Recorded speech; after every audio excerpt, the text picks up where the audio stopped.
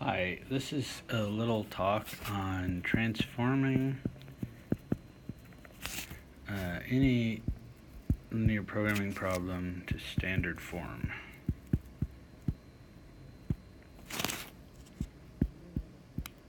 So we're going to do this by looking at the problem in embedded expression 40.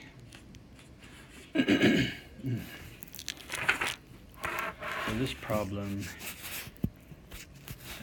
and there's a lengthy description, of course, of all these things on pages 67 to 70, I guess. Yeah. So on page 70, we find this problem. Minimize 3x1 minus 4x2 subject to 2x1 minus 4x2 equals minus 3, 5x1 plus 3x2 is greater than or equal to minus 4, and x1 plus x2 is bigger than or equal to 5. And of course, in the bottom, we have x1 is greater than or equal to 0. Okay, so let's notice all the ways that this problem is not standard. First of all, it says minimize, not maximize. Second, it has a negative on the right-hand sides over here, which we don't like especially. Third, we've got inequalities, not equalities. The form, you have to have equality constraints. And finally, x2 is unrestricted. So we're going to take care of all of those problems to make this into a legal form. So starting at the top, how do we can change from max to min by just changing to minus 3x1 plus 4x2. And then note the upper right corner will have the opposite of the desired objective function. So as we're proceeding, the simplex method always makes the function value bigger and bigger. So, but as we do that, we have to remember that we're working with the opposite of the actual final one. So it just means at the end we have to interpret it correctly. Okay. So when we do our usual trick of saying z equals the objective function, so we use the flipped objective function. And by the way, this is pretty trivial. If you're trying to minimize a function like this guy, you just turn it upside down. I probably didn't do that accurately. Turn it upside down, find the place where it's a minimum. Sorry, if you want to minimize it, if turn this guy upside down, find the maximum, and then that'll be the same x value where the minimum occurs. But of course you have to adjust the function value to be the opposite. Okay, so back here, when we turn this into an equation, it'll be z plus 3x1 minus 4x2. So an easy thing to remember is if your actual objective function is to minimize, you can actually just put the coefficients straight into the objective function row.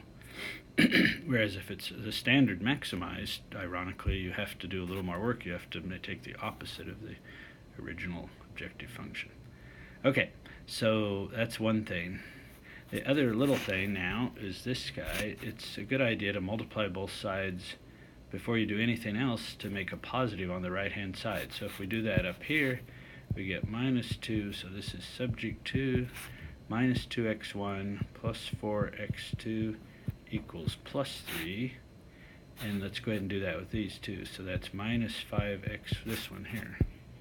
Minus 5x1 minus 3x2 is less than or equal to 4. So recall from algebra that when you multiply both sides of an equation by a negative number, negative 1 in this case, it flips the inequality. Okay, and then this one is just, we leave alone because it already has a positive right-hand side. Okay, and let's see, I think I'll just scroll this up to give us a little more room, if I can, yes. Alright, so the last couple things we have to do here are, okay, so now we have to change the inequality. We've got two inequalities here, and we have to change them to equalities. So the idea we use is that a is less than or equal to some number r if and only if, with a being bigger than or equal to 0, or actually any expression, if and only if a plus s is equal to r and s is bigger than or equal to 0. So this is just saying that so this is saying that a quantity is less than another quantity if and only if they're equal when you add some positive number to the smaller one. So this is a very natural thing, and because we have the ability with linear programming to restrict variables to be non-negative, we can do this trick. And similarly, number a is bigger than or equal to r if and only if a minus s is equal to r and s is bigger than or equal to 0. So by adding or subtracting a number that has a new variable that has to be non-negative, we can convert these.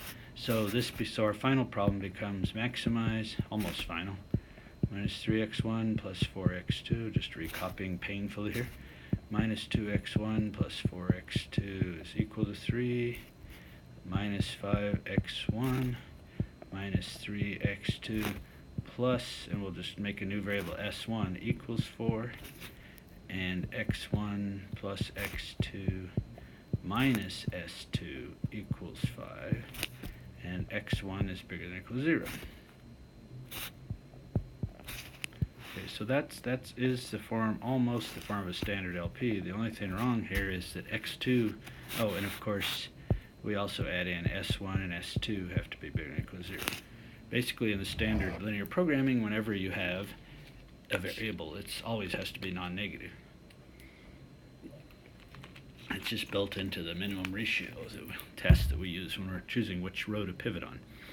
Okay, so the idea is we just now, to get rid of this this problem that x2 occurs in the problem and isn't non-negative, we just replace x2 by a positive number x2 plus minus a positive number x2 minus. So and require x2 plus and x2 minus to be bigger than or equal to 0. So this is simply saying a variable, a number that can have any real number value, can be written as the difference of two positive things. For example, 7 is equal to 7 minus 0, minus 7 is equal to 0 minus 7.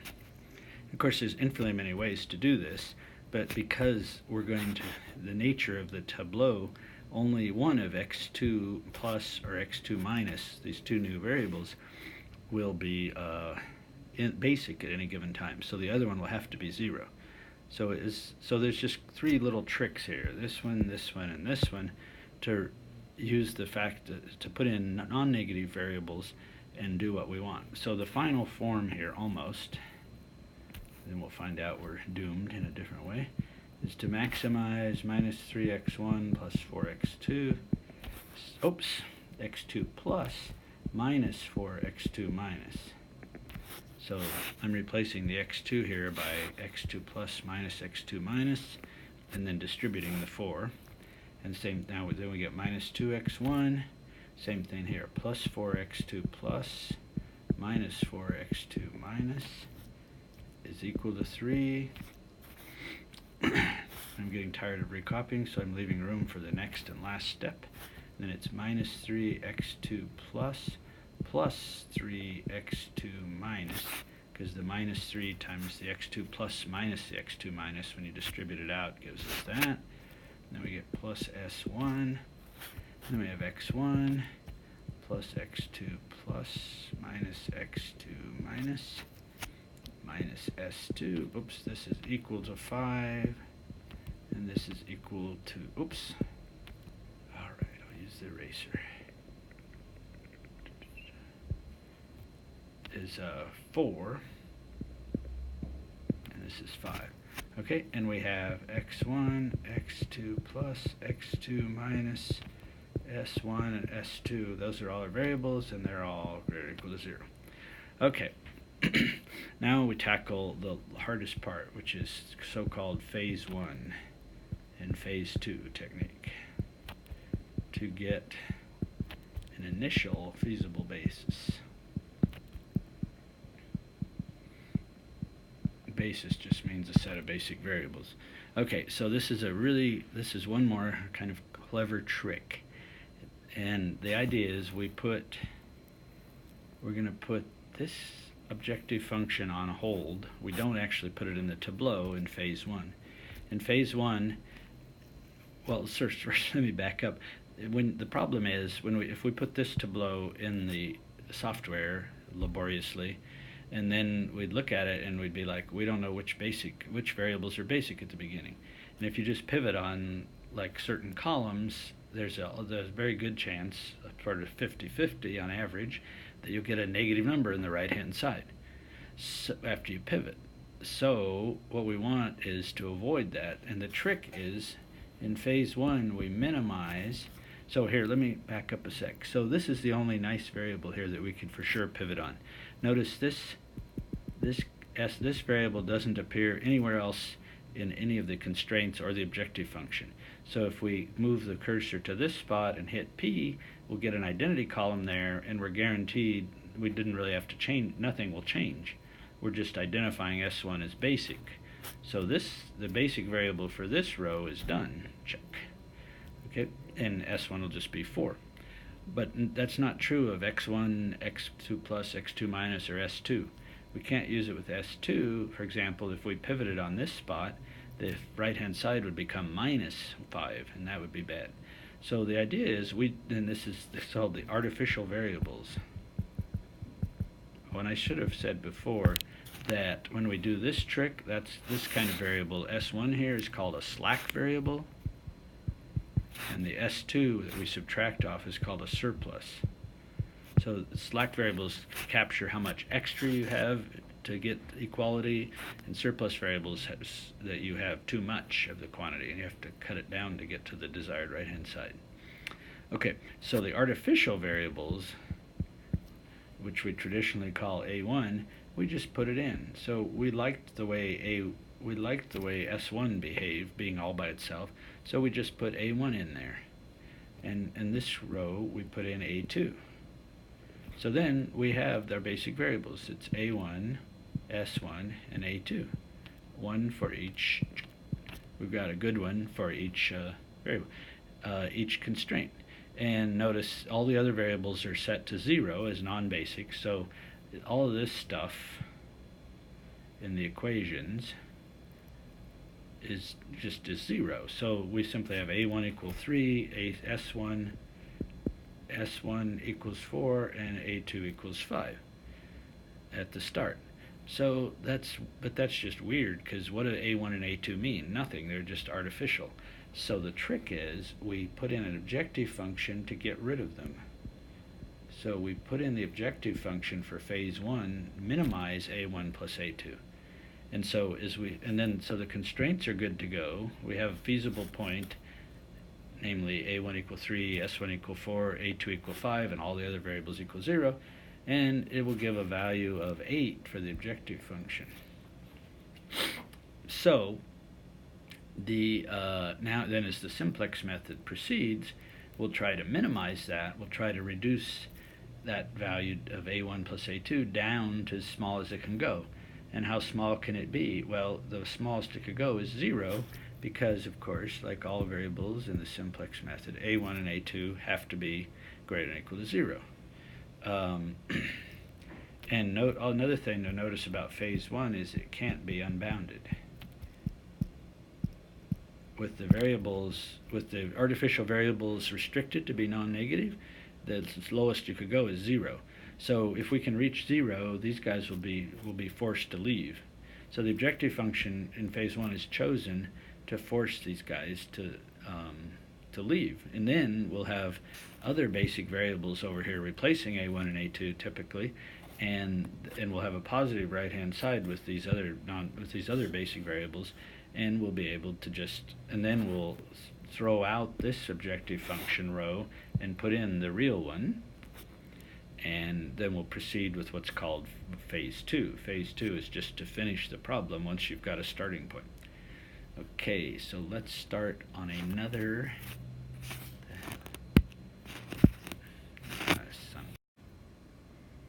Okay, so let's move to another page and look at some stuff. Let's look at how this looks with the actual software. Okay, so first we have to bring in the carefully pre-planned files.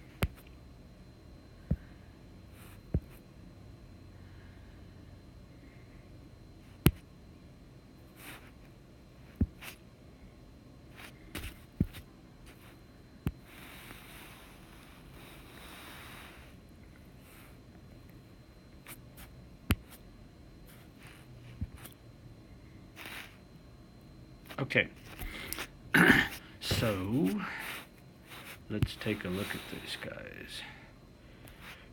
So this here.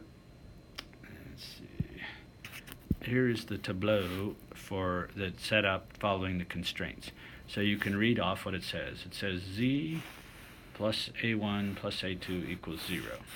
So that's actually, we're minimizing a1 plus a2, so we're maximizing minus a1 minus a2, so we put in the opposite of those coefficients to form. And like I said, when you minimize, you just a function, you can actually just put in the coefficients directly.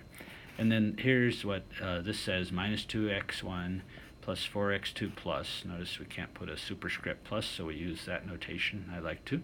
Minus 4x2 minus plus a1 equals 3. This says minus 5x1 minus 3x2 plus 3x plus and then plus x2 minus times 3 plus the slack variable s1 equals 4, and x1 plus x2 plus minus x2 minus s2, the surplus variable, plus the artificial variable equals 5.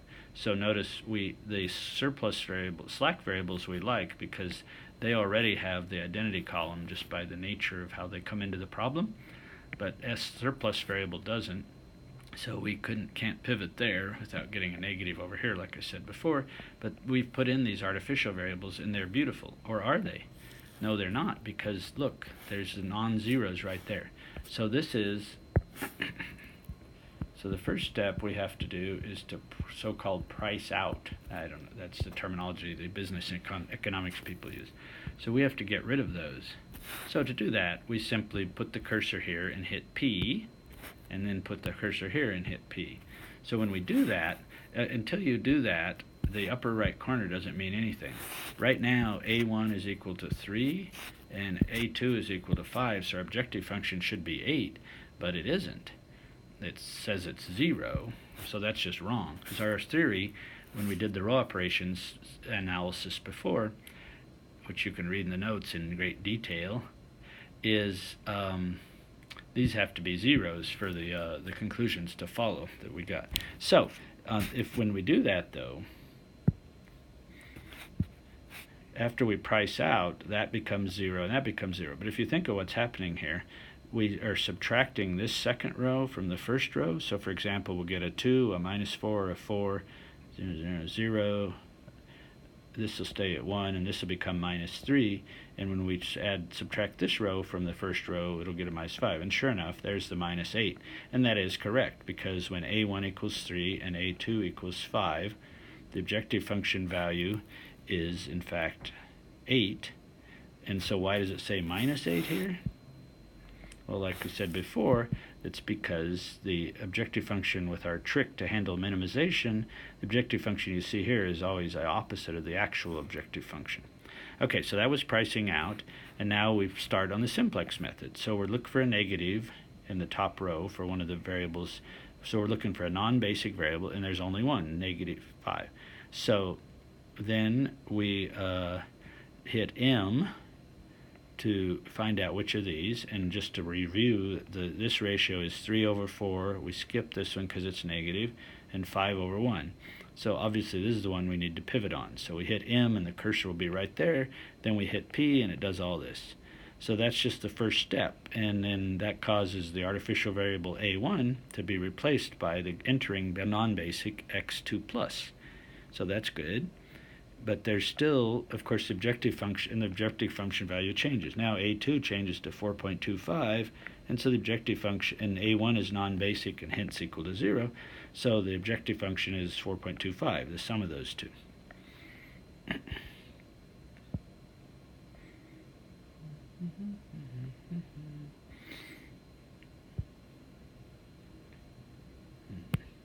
So now what? So now we go for this guy. I mean, in general, there could be lots of negatives, but so now x1 wants to enter the basis, become basic. So we look for the minimum ratio. M will just land us there, but notice those two will be skipped, so it has to be this one, no matter what the right-hand side is.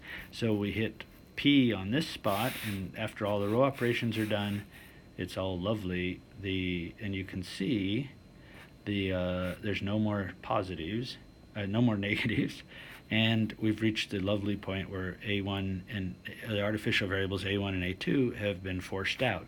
And notice the objective function value is 0.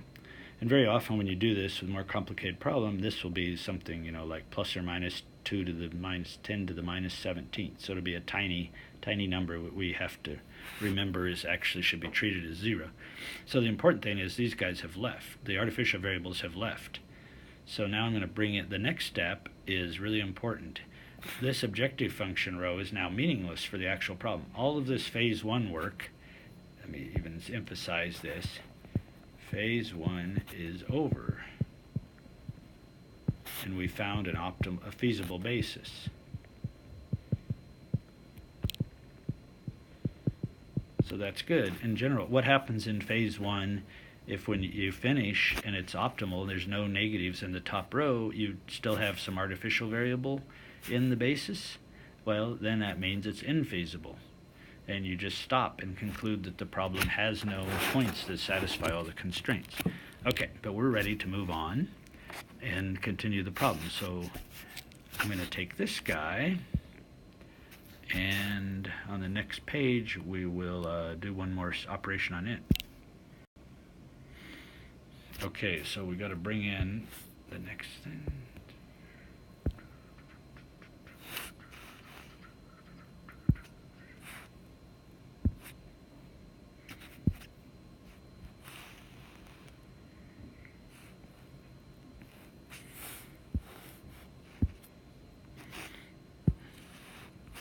Okay, so here's the tableau. Whoops, need the pencil. Here's the tableau after we've done what to it.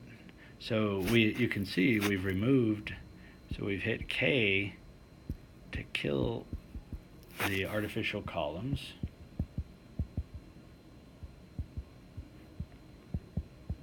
And this is good because now the tableau has absolutely no mention of A1 and A2. It's as if they never were.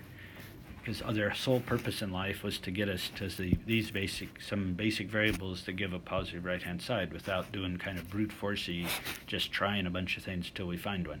It's actually theoretically as hard to find an initial basis with non-negative right-hand side as it is to solve the entire problem.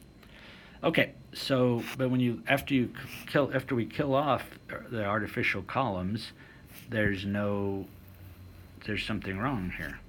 It just says z equals 0. So that's just nonsense. So the point is we don't have the we don't have our objective function. So we have to go and edit in the phase 2 objective function. So we put in the objective function that says z plus 3x1 minus 4x2 plus 4x2 minus equals 0. Okay, so that's fine. And the rest of the tableau, as you can see, if you check, stays exactly the same. So we just go in and manually change the top row. But anytime you manually change it, you may have violated the setup, you know. So what we have to price out again. It's good to have a name for this, so it helps us remember to do it. Because right now this is nonsense. It says the objective function is 0, and that's not true at all. I mean, it could be, but like x2 plus is right now is 2.17, so the objective function would be, and x1 is 3, so it'd be like 3 times 2.83 plus and sub minus 4 times 2.17, and I don't think that's equal to 0. So after we price out, what does that mean? That just means we have to go and pivot here. So this is an identity column, and up here you can see it was a perfect identity in the phase 1 problem, that with a 0 there. So we just went and typed in a 3, so that can't possibly make sense. So, but as soon as we hit P on this spot, then it becomes a 0 here, which is what we want. And similarly, we go over to x2 plus and pivot on this spot, so that cleans up this column. And we don't have to do this with S1 because it didn't appear in the objective function either for phase 1 or phase 2. So we can do it if we want, but it wouldn't change anything. So all the other numbers in the problem tend to change, and in particular, that calculation I was just describing has been done for us. And we now know that z equals 0.17.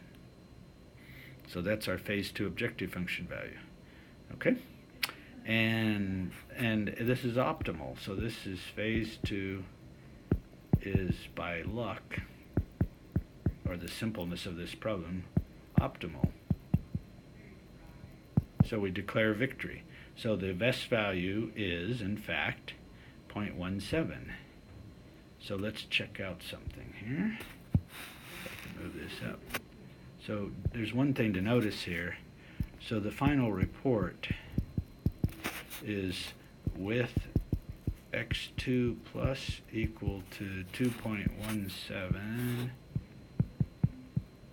xs1 equal to 24.67, and x1 equal to 2.83, and the objective function is equal to 0.17. So this is slightly wrong. So why is it slightly wrong? Well, if you put in the objective function, 3 times 2.83 minus 4, x2 plus is 2.17, and here, let's actually put in the original objective function. So the original objective function was that 3x1 minus 4x2. So we found out that by x2 plus equals 2.17, so that actually means x2 is 3.17, or 2.17 minus 0, so it's 2.17. Okay, and if you do that calculation, what do you get? You actually get minus 0.17. And of course that's because this objective function, as we've said several times, is the opposite of the actual one you want. Okay, so you have to, sometimes you have to check the objective function. If you were minimizing, you have to flip the sign. But otherwise, we've found the solution to this problem. And notice this it'll seldom happen on more complicated problems, larger problems. When you get to the priced out phase 1 tableau, phase 2 tableau, you may have a lot of negatives up here in the non-basic columns, and you may have to do a ton of steps to reach the phase 2 optimal. So phase 1 and phase 2 are both just doing the simplex method, just with different objective functions, but the same constraints. And one last check that might be interesting. What about this S1 at 24.67? Well, where did S1 come in? S1 came in because we were saying what, 5, I think we had 5x1 plus 3x2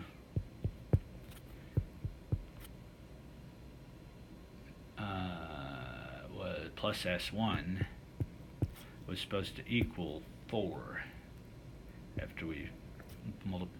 So x1 here is 2.83, and 3 times x2 is 2.17. Uh-oh, there's something horribly wrong. I'm not sure what I'm doing.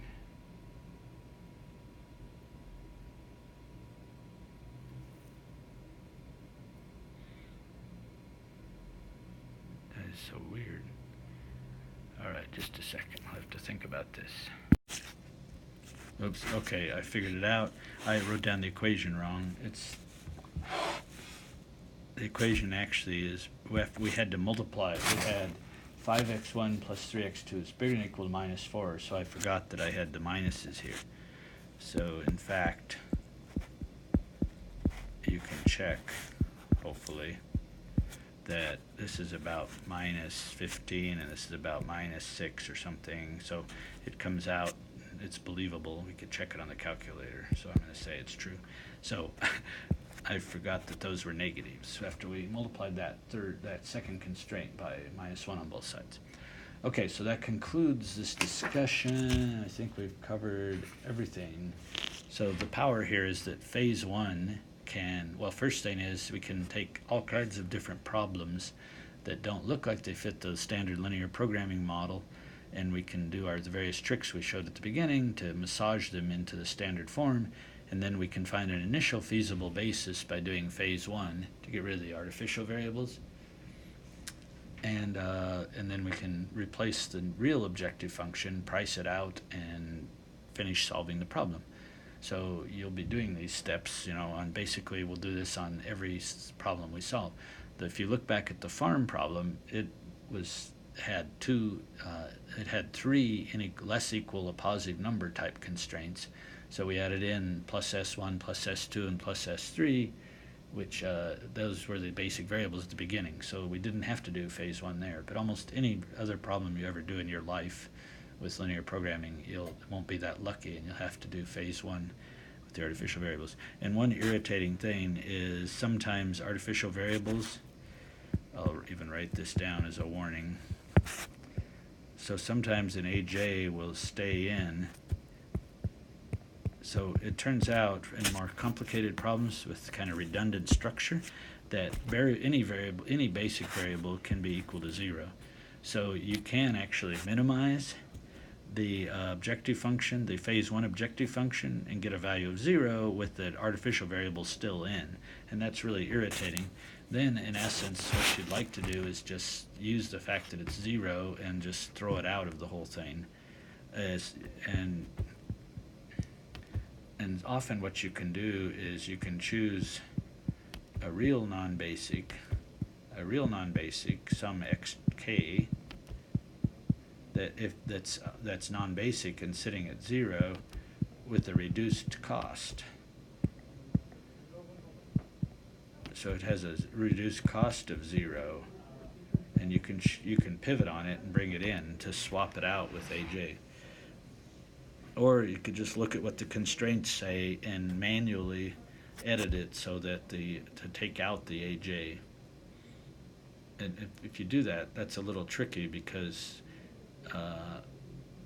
you feel like you need, well, no, actually you just need to edit it using the fact that AJ equals 0. So we'll worry about that if and when it comes up. Thanks.